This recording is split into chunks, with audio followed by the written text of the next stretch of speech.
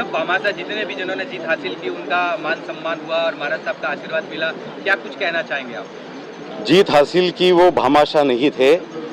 भामाशाह तो जैनों में भामाशाहों की कमी नहीं है, मगर ये हमारे सब महाराणा प्रताप थे जो जंग में लड़े हैं, चुनकर आए हैं। एक देखा जाए तो जैन समाज ये हर क्षेत्र में, वो सेवा का क्षेत्र हो, शिक्षा का हो, व्यापार का हो, उद्योग का हो, हर क्षेत्र में जैन समाज आगे है। मगर कहीं ना कहीं नीति निर्धारण में जहाँ पे पहले जैन समाज अग्रणी भूमिका में था, वहाँ नीति निर्धारण में कहीं ना कहीं अभी पीछे हटता जा रहा था। मगर पिछले 3-4 वर्षों में आज अभी पूरे महाराष्ट्र में एक राजनीतिक जागरूकता जैन युवाओं में निर्माण हो गई है। जैन राजनीति में सक्रिय होने लग गए युवा, और इसका सही मायने में एक श्रेय चंद्रकांत दादा पाटिल भारतीय जनता पार्टी को जाता है। भारतीय जनता पार्टी के तत्कालीन प्रदेश अध्यक्ष चंद्रकांत दादा पाटिल, उन्होंने 2021 में भारतीय जनता पार्टी में जैन समाज के युवाओं के लिए राजनीति में सक्रिय होने के लिए एक स्वतंत्र व्यवस्था का निर्माण किया। आदरणीय ललित जी गांधी ने भूमिका रखी और भारतीय जनता पार्टी में जैन प्रकोष्ठ का निर्माण हुआ, और सबसे पहला प्रकोष्ठ का अध्यक्ष बनने का सौभाग्य मुझे प्राप्त हुआ। 9 अगस्त 2021 से जब से ये प्रकोष्ठ बना है, तब से हम पूरे महाराष्ट्र का दौरा किया। आज 36 जिलों में और 253 तालुकाओं में और 350 से अधिक शहरों में भारतीय जनता पार्टी जैन प्रकोष्ठ की शाखाएं कार्यरत है, कार्यशील है, और कार्यकर्मियां अपना अपना काम बहुत ही अच्छी तरीके से कर रही है। उसी का फलस्वरूप है आज 33 जैन कॉरपोरेटर चुन के आना।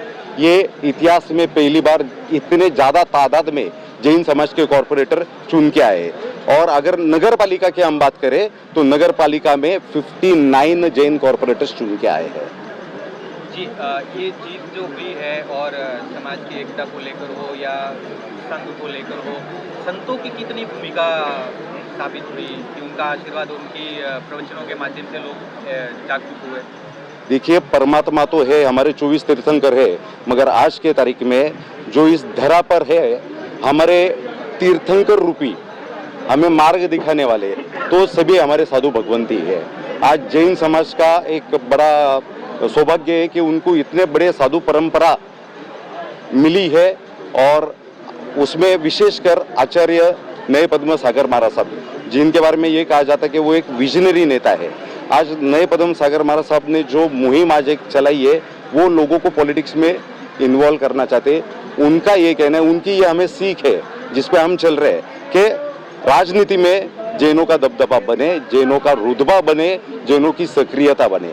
और उसके लिए आज उन्होंने एक जियो के अंतर्गत राजनीतिक फोरम की भी एक आज घोषणा की है, जिसकी जिम्मेदारी उन्होंने आदरणीय ललित जी गांधी पे दी है, और वैसे ही महाराष्ट्र की जिम्मेदारी मेरे पे दी है। निश्चित तौर पर आने वाले समय में जो हम महाराष्ट्र में पिछले 4 वर्षों में कार्य कर रहे थे, अब ये राष्ट्र में होगा, और राष्ट्र में भी जैन समाज की राजनीतिक भागीदारी निश्चित तौर पर बढ़ेगी। श्री नरेंद्र मेहता जी और आदरणीय मंगल पंकवार जी ने भी शिरकत की। वो हर सभा में, हर प्रोग्राम ज्वाइन करते रहते हैं, तो उनके बारे में आपने क्या कहना चाहिए? मंगल प्रभा जी लोढ़ा ये हमारे जैन समाज के एक ऐसे हस्ताक्षर है कि वो अमिट हस्ताक्षर है। અને हम नए पद्म महाराज साहब के निश्रे में या उनके सानिध्य में तो काम करते ही है, मगर आदरणीय मंगल जी का हर जैन समाज के युवा को उतना ही पूरा सहयोग होता है, सहकार्य होता है। छोटे से छोटा कार्यकर्ता भी उनके नजरों से बचता नहीं है। वो एक आध कार्यकर्ता को 4 साल के बाद भी देखे तो दूर से वो उनको नाम से आवाज देते हैं, ये उनकी खासियत है। और उनके नेतृत्व में भारतीय जनता पार्टी जैन प्रकोष्ठ आगे बढ़ रहा है। नरेंद्र मेहता जी के बारे में अगर बोले तो उन्होंने फिर एक बार, मैं रिपीट करता हूँ, फिर एक बार, पहले से थे ही मगर अब भी फिर एक बार ठोक बजा के ये साबित कर दिया कि भाईंदर का धुरंधर नरेंद्र ही है और कोई नहीं है।